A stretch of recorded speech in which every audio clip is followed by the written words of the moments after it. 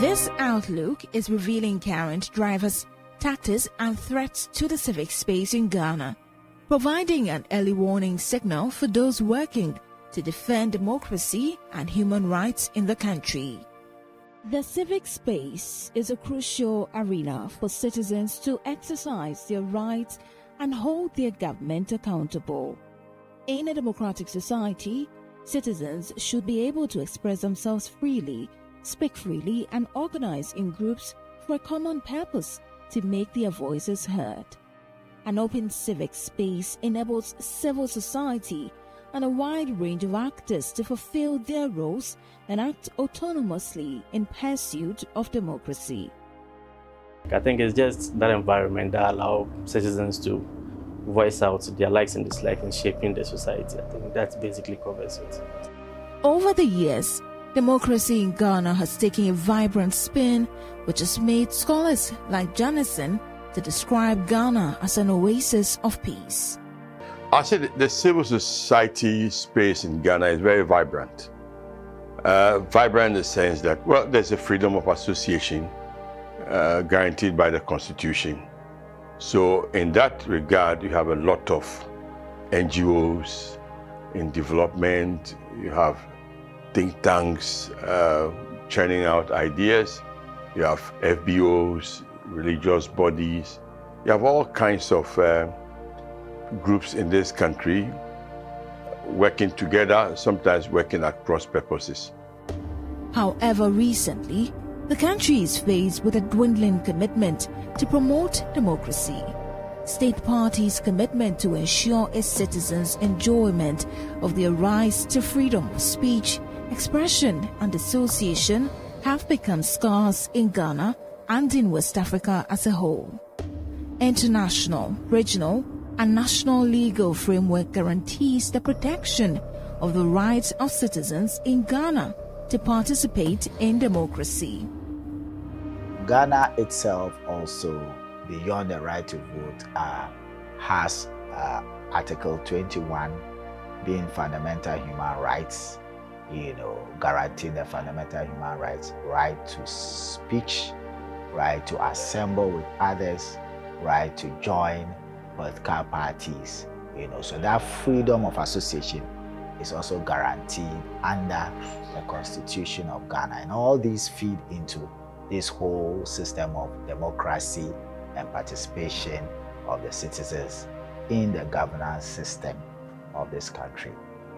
Since 2017, Spaces for Change has maintained a database, www.closingspaces.org, that tracks and reports crackdown on the civic space in West Africa.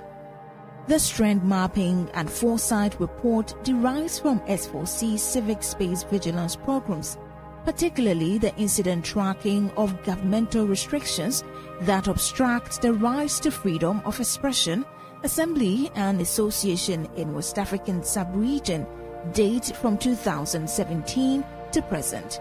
And Ghana's civic space, according to Civicus Monitor, is rated obstructed. What does it mean to be obstructed? It means that the rights in the civic space, the right to freedom of expression, to speech, to association, is undermined, is being undermined by state actors. So that is what the civic temperature looks like in Ghana. The analysis of civic space trend in West Africa, curated on www.closingspaces.org, reveals that election is one of the major drivers of crackdown on the civic space in the sub-region. The election season is a critical time for any democracy, as it allows citizens to exercise their right to vote and participate in the political process. One potential area of concern during election season is a restriction on the right to free speech, expression and assembly. As Ghana approaches its upcoming 2024 presidential and parliamentary elections, these concerns have become more pronounced, considering the government's antecedent and past response to the civic space in Ghana. There have been occasions where journalists have gotten themselves into trouble because they covered and said certain things and did certain things that maybe didn't please anybody. I would say apart from that angle where Ghana's rating has not done very well in terms of the media coverage, or how we've not done well in terms of rating with anti-corruption issues, that has occupied the media. From inside, you can say whatever you want to say. By and large, I'm comparing to days in the past where you literally can be relocated somewhere else. If that is still happening, it's not as in the limelight as it used to be. Ghanaian journalists face various challenges in exercising their rights. This includes attacks and threats from individuals or groups who do not agree with their reporting, including the state authorities. We have seen freedom of speech, which is also being undermined in Ghana, with journalists sometimes facing legal action or censorship for expressing critical views. Arbitrary detention of journalists is a common tactic used by the state authorities to silence dissent and prevent the dissemination of information that may be seen as unfavorable to those in power. Ghana's civil space is very vibrant, and I would say even being envious in the region, the sub-region, considering what is happening in others. We've had some significant activities from citizens, from the media, from civil society being able to hold government accountable. Until recently, we've had few issues or decline in the freedom of speech and assembly, where we've had citizens or young people mobilized to protest on the street, where the police have met them with some brutality, and some citizens who have been arrested because of what they wrote online. When it comes to elections, and then when it comes to the media, I'm sure you know about Amos Wale, a journalist who was murdered years ago. And then there was another person in Kumasi. He was a regional chairman of the GJ, Ghana Journalists Association. He was also murdered. And recently, in about a year, we've had about 10 attacks on journalists. And if you would recall, the Ghana Journalists Association has had occasions to blacklist some politicians, you know, the media from covering them and all that. So it's not systematic. It's not something that we can say the system allows, but they happen occasionally, often, that people don't understand the work of the media. And usually it is when you have vigilante groups, that is when these things happen. You won't get a seasoned politician, you know, attacking a journalist, but you will get followers of these politicians attacking journalists for reasons that you may not understand. But basically, you can describe it as they don't understand the work of the media. So, of course, there are attacks, but as I said, they are not systematic. They are not sanctioned by the system in such a way that you could say that we are in danger. But there are pockets of those attacks, yeah. In Ghana, as part of the conditions to register as a voter, an applicant must possess a national identification card, the Ghana card, issued by the National Identification Authority, in addition to other personal information. An applicant can only register in designated districts. Where the applicant does not possess a Ghana card, the applicant must get 2 guarantors who are registered voters. For me, it is even more, how do they assess it?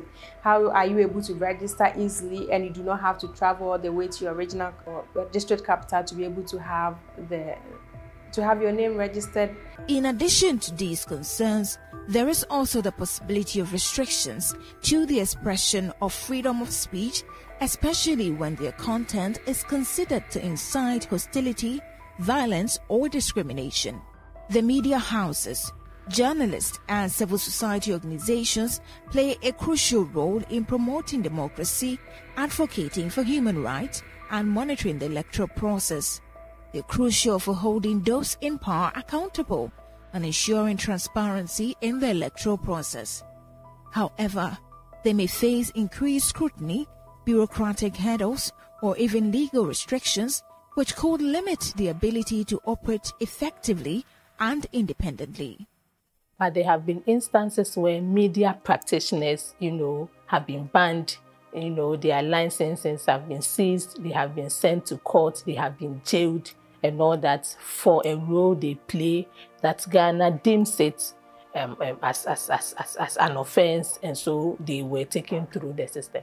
As for the closure of the media houses, well, sometimes it does happen. There are political undertones when it happens, but what we are told is they did not meet the criteria of the National Communications Authority. You don't get it clear that it's a political, doing, but you see a political undertone. What I remember is some media persons, have been sanctioned for the role they play, the speeches that they made, some of the speeches that they promoted, some of the activism that they even promoted using their media spaces. That's one I know. I can easily mention, there's one called Mugabe, he was seized from coming on air and all that. Going forward, as the election draws closer and looking at the current trends across West Africa, there might be potential increase in surveillance and monitoring of civic actors in the name of national security. The government may justify the need for heightened surveillance measures such as increased monitoring of online activities. While these measures may be intended to prevent electoral violence or ensure a peaceful process, they could also infringe upon citizens' right to privacy and create a climate of fear and state censorship. Usually when there are elections, sometimes we see macho men going to snatch ballot boxes. We have seen gunshots and even people killed. We have seen all kinds of violence erupting. Even people, how do I put it? People using force, people pressurizing other people to do certain things which goes against the law. We have seen political candidates or politicians using the youth, charging the youth, or using the youth to perpetrate mayhem. These are some of pockets of violences here and there.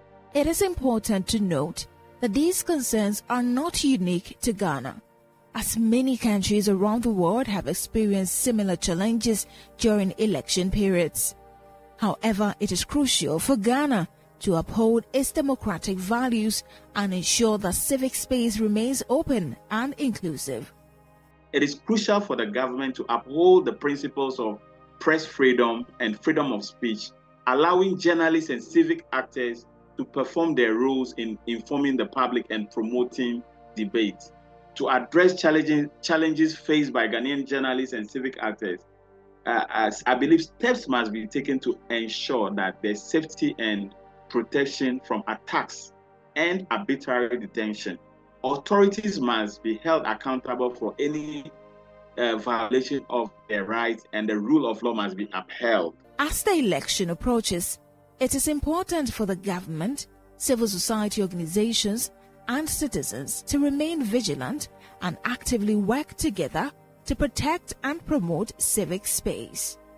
By fostering an environment that encourages open dialogue, respects human rights, and upholds democratic principles, Ghana can ensure a free and fair election that truly represents the will of its people.